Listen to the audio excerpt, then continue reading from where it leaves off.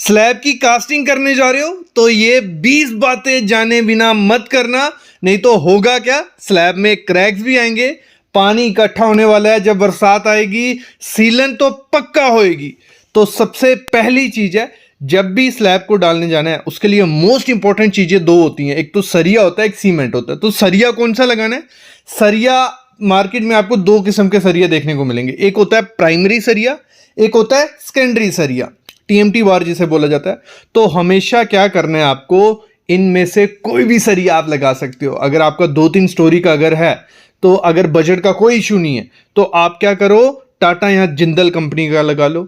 लेकिन अगर थोड़ा आप चाहते हो कि प्राइस कट भी करना है और क्वालिटी में कोई कॉम्प्रोमाइज नहीं होगा, अगर आप कोई भी सरिया यूज करते हो। प्राइमरी सरिया कौन सा होता है? जो सिर्फ मतलब नया और निकलता है, मिट्टी निकलती है उसमें से जो लोहा होता है उससे सरिया बनता है। सेकेंडरी होता है जो स्क्रैप से बनता है।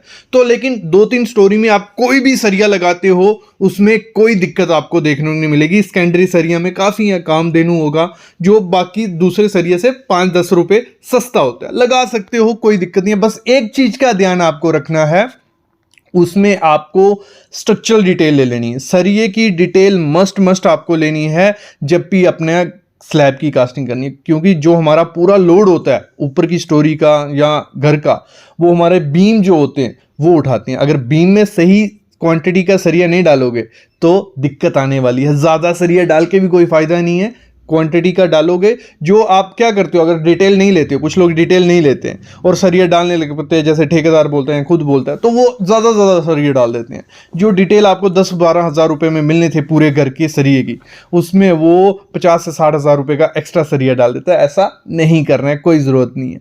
और इसी में एक चीज़ का ध्यान रखना, जो FE 500 लिखा होगा सरिये पे, SD या D वही लेना बेस्ट है। अगली चीज होती है सीमेंट। सीमेंट कौन सा लगाना है? जब भी स्लैब की कास्टिंग करो, सीमेंट किसी भी कंपनी का लगाओ। आप ACC का लगाओ, आप अंबुजा का लगाओ, आज भांगूर का लगाओ, रूफोन लगाओ, कोई भी लगाओ। लेकिन एक चीज का मोस्ट इंपॉर्टेंट ध्यान देना, PPC सीमेंट लगाओ। और साथ ही साथ जब वो कंक्रीट बनेगा, मेन चीज होती है कंक्रीट की डेंसिटी। तो डेंसिटी कैसे सही से रहेगी? अगर आप सीमेंट जितनी क्वांटिटी बोला है, मतलब M25 का कंक्रीट बनने वाला है, तो उसकी रेशो होती है 1:2 की रेशो। तो उस हिसाब से डालते हो। अगर तो सामने आप ग्राफ देख रहे हो कि आपको M25 कंक्रीट जब बनाना है 1 M3, उसमें कितने बैग डालेंगे। अगर प्रॉपर से वो 7 बैग या 6 बैग डाल रहे हैं कंक्रीट सीमेंट के, तो आपका कंक्रीट सही बनता है। उसमें सैंड और एग्रीगेट की रेशियो भी अच्छे से डालना। और कभी भी स्लैब कास्टिंग में M25 कंक्रीट से कम रेशियो का कंक्रीट नहीं डालना है। 1:2 की रेशियो आपको रखनी है। अगली चीज इसी में कर देना, जब भी आप कंक्रीट बन रहा है आपका, उसके लिए मेजरिंग बॉक्स, कुछ ऐसा बॉक्स रखना है जिससे आपको पता चलेगा कि प्रॉपर 1:2 की रेशियो बन रही है या नहीं बन रही है। और जब कंक्रीट आपकी स्लैब में हो रहा होगा तो उसमें करना क्या है, आपको वाइब्रेटर मारना है। वाइब्रेटर किस तरीके से मारना है? उसकी जो आगे की नीडल होती है ना, वो कम से कम 60 mm की होनी चाहिए। मतलब मिनिमम, मैक्सिमम बड़ी नीडल लगा के भी कोई फायदा नहीं है, 40 की भी लगा के नहीं। ये 60 mm की नीडल प्रॉपर से काम करती है। डाली निकाली ऐसे काम करते जाना है। और उससे होगा क्या, जब वाइब्रेटर आप मारोगे तो आपके जो वॉइड्स होंगे, जहां से सीलन के चांसेस सबसे ज्यादा होते हैं, होता क्या है, लोग वाइब्रेटर नहीं मारते हैं। जब मारेंगे भी तो बीच में मारेंगे, फिर कभी जब मन किया मार दिया, तो उससे कहीं कहीं पैचेस रह जाते हैं और वहीं से पानी नीचे आता है, सीलन आती है। अगली चीज क्या करनी है, जब भी कंक्रीट आपको बनाना है, मैं तो रिकमेंड यही करता हूं कि कंक्रीट मिक्सर यूज करो। क्योंकि कंक्रीट मिक्सर में क्या होता है, प्रॉपर से मिक्स होता है। आपको सिर्फ ध्यान देना है डालने का कि इतना इतना माल डालें, बाकी मिक्स। ऐसे जो मिक्स करने जाते हैं कंक्रीट, तो वो प्रॉपर से मिक्स नहीं होता है। और मोस्ट इंपॉर्टेंट चीज होती है इसमें वाटर। कंक्रीट में अगर पानी ज्यादा डाल दोगे तो उसमें ब्लीडिंग हो जाएगी। ब्लीडिंग क्या हो गया, पानी ऊपर सरफेस पे आ जाता है और उससे क्या होता है, स्लैब कमजोर बनती है, लीकेज के चांसेस होते हैं। तो आपको पानी ना ज्यादा डालना है ना कम। अगर आपको लमसम मैं दे दूं, अगर M25 का कंक्रीट बना रहे हो, एक बैग सीमेंट में आपको कम से मतलब मैक्सिमम 25 लीटर डाल दो। 25 से 28 लीटर एक बैग सीमेंट में, उससे ज्यादा नहीं डालना है। अगली चीज इसी में करना, जब भी शटरिंग हो रही हो स्लैब की कास्टिंग के लिए, स्लैब की भराई के लिए, तो उस शटरिंग में गैप नहीं रहने चाहिए। थोड़े बहुत गैप भी रहेंगे तो जो आप माल डालोगे, कंक्रीट डालोगे, तो उसमें से जो पानी नीचे निकल जाएगा, पानी के साथ क्या होता है, सीमेंट नीचे चले जाता है। तो ऊपर बचता क्या है, सिर्फ रेत और कपची एग्रीगेट, तो उसकी इतनी ज़्यादा स्ट्रेंथ नहीं होती है, तभी आपके घर में सीलन डैम्पनेस रहती है, वाटरप्रूफिंग की ज़रूरत पड़ती है। तो वाटरप्रूफिंग की ज़रूरत होती ही नहीं है कभी छत पे, अगर सही से छत कास्ट करते हो तो उसको जो शटरिंग है वहाँ जहाँ तो टेप लगा दो, जो शटरिंग टेप आती है, जहाँ तो क्या करो उसको फिल कर दो पूरा। आप किससे कर सकते हो, किसी भी मटेरियल से आप उसको फिल कर दो कि आपकी लीकेज ना हो, तो पॉसिबल है तो प्लाई की शटरिंग कर लो। अगली चीज़ क्या करनी है, जब भी कंक्रीट करना है, गर्मी है अगर, तो आपको कंक्रीट का टेम्परेचर चेक करना है। ये मीटर मिलता है बाजार से, कुछ ज़्यादा महंगा नहीं होता है। तो अगर 30 से 32 डिग्री से ज़्यादा टेम्परेचर है कंक्रीट का तो उसको यूज़ मत करना, उसमें क्रैक्स आएंगे ही आएंगे। और कभी भी ज़्यादा गर्मी में 40 से प्लस डिग्री का टेम्परेचर है वहाँ कंक्रीट तब मत करो। जहाँ ठंड है 10 डिग्री से कम टेम्परेचर है तब भी कंक्रीट मत करो, नहीं स्ट्रेंथ आएगी, आधी स्ट्रेंथ आएगी, क्रैक उसमें आने वाले हैं। और जब भी कंक्रीट बनाना उसको 30 मिनट के अंदर यूज़ कर लेना, नहीं तो उसकी स्ट्रेंथ कम होने लग पड़ती है, आपके घर में क्रैक्स आने वाले हैं। फिर अगली चीज़ मोस्ट इंपॉर्टेंट होती है, कभी भी स्लैब की कास्टिंग करो तो उसमें क्या करो आप, आजकल बहुत वाटरप्रूफिंग केमिकल्स आ गया तो उनको डालो। ज़रूरी नहीं है जो सीमेंट आते हैं वाटरप्रूफ वाले या स्लैब के लिए अलग से सीमेंट आते हैं तो 50-50 रुपये महंगे होते हैं। आप क्या करो, नॉर्मल सीमेंट लो, साथ में कर लो कंस्ट्रक्शन केमिकल को यूज़, जो एक बैग में 200 ml डालना होता है। जब एक बैग सीमेंट डालोगे 200 ml वो केमिकल डाल देने, उसमें आपको काफ़ी कंपनी के मिल जाएंगे। आपको डॉक्टर फिक्सिट का LW+ मिलेगा, वो डाल सकते हो। सिक्का कंपनी का प्लास्टोक्रीट सुपर करके मिलेगा, वो डाल सकते हो। अल्ट्राटेक का अल्ट्राटेक सील या ड्राई WP200 ये डाल सकते हो। इसको आप डालोगे तो आपका क्या होगा, कंक्रीट में जो सरिया होगा उसके चारों तरफ थोड़ी लेयर सी बन जाती है, आपका सरिया खराब नहीं होता है, और स्लैब की जो लाइफ होती है वो थोड़ी बढ़ जाती है। तो ये काम पक्का करना है।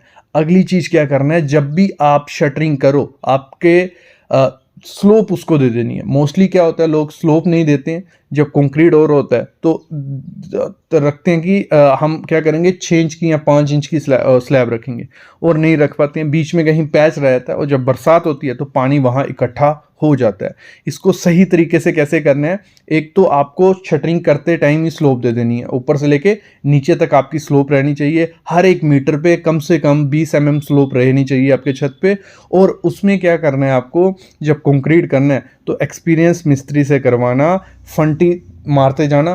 कहीं भी अगर उसको बोलना है अगर यहाँ कहीं स्लोप रही तो आप उसको सही करवाते जाना।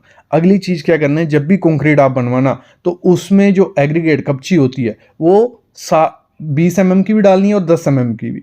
होता क्या है, ग्रेडिंग नहीं करते हैं क्या एग्रीगेट की, जो मन के डाल देते हैं एग्रीगेट। उससे क्या होता है, आपका कंक्रीट सही से नहीं बनता है, उसमें गैप्स रह जाते हैं। तो आपको 60-40 की रेशियो रखनी है। 60 mm आपको 20 mm का एग्रीगेट डालना है, 40 mm 10 mm का एग्रीगेट डालना है। तो उससे कंक्रीट क्या होगा, अच्छा बनेगा, उसकी अच्छी डेंसिटी होगी, वॉइड्स नहीं होंगे और प्रॉपर से आपका कंक्रीट बनने वाला है। फिर अगली चीज इसी में मोस्ट इंपॉर्टेंट होती है कवर ब्लॉक। कवर ब्लॉक का कोई ध्यान नहीं देते। कवर ब्लॉक डालो छत में, आपका 25 mm 1 इंच का कवर ब्लॉक भी होगा, बहुत है। जब आपका एक बार सरिया बंध जाता है, सरिया बंध गया और कुछ ऐसा 2 वे स्लैब्स बनाना कि आपकी ऊपर भी जाली हो नीचे भी जाली हो, ऐसा आपको करना ही करना है अपने स्लैब में। जब ये सरिया बन जाए तो इसको टेप मार लेना कि सरिये के ऊपर कितनी जगह मिल रही है, क्योंकि आपने डिसाइड किया कि 5 इंच की स्लैब या 6 इंच की रहेगी। तो जब सरिया बन जाता है उससे बाद आपको देखना है कि उसमें हमें कितना mm मिल रहा है। अगर हमें 100 mm मिल रहा है तो ऊपर 25 mm का हमारा कंक्रीट आ जाएगा। अगर मिल रहा है सरिया 125 mm है तो कैसे पॉसिबल होगा। तो आपको अगर ज़्यादा भी स्लैब करनी पड़े 6.5 इंच की कर लेना, नहीं तो होता क्या है 6 इंच की स्लैब लेके चलते हैं और सरिया उतना होता है और जब ऊपर थोड़ी लेयर डाल देते हैं कंक्रीट की और बाद में वो वहाँ से फट जाती है। सरिये के ऊपर अगर 1 इंच कंक्रीट नहीं होगा तो वहाँ क्रैक गारंटी है, गारंटी आने ही आने हैं। और साथ ही साथ उस क्रैक में पानी भी जाएगा और बीच में सरिया सड़ता जाएगा और आपकी स्लैब वीक होने वाली है। तो ये मस्ट करना है, जब भी सरिया बन जाए चेक करो कि कितना जगह मिल रही है, उस हिसाब से उसमें करो। अगली चीज़ क्या करनी है, जब भी आपकी स्लैब की कास्टिंग हो जाती है, जैसे आधी स्लैब हो गई, 1-1.5 घंटा हो गया, थोड़ा थोड़ा पानी मारना शुरू कर दो, मतलब बिल्कुल शॉवर, जहाँ तो गिल्ली बोरी डाल दो कि आपकी जो स्लैब में क्रैक्स और ज़्यादा कम हो जाए, क्योंकि खिंक के क्रैक्स आते हैं। तो मार दो और बाकी आपको 7 से 10 दिन उसकी तराई करनी ही करनी है, क्यूरिंग करनी ही करनी है। सीमेंट को पानी मिलेगा तो वो स्ट्रेंथ पकड़ेगा, नहीं मिलता है तो वो क्रैक लाता है। अगली की चीज़ क्या करना है, जब भी कंक्रीट करना है स्लैब पे तो पैटर्न वाइज करना है, एक तरफ से चलते आओ, नहीं तो ये नहीं होता कि एक तरफ कर दिया फिर छोड़ दिया, फिर दूसरी तरफ किया, तो उससे क्या होता है, कोल्ड जॉइंट बन जाता है। अगर 1 घंटे से ज़्यादा वो एक जगह छोड़ के फिर उस पर करने जाओगे, वहाँ सही से बॉन्ड नहीं बनती और वहीं से लीकेज होती है।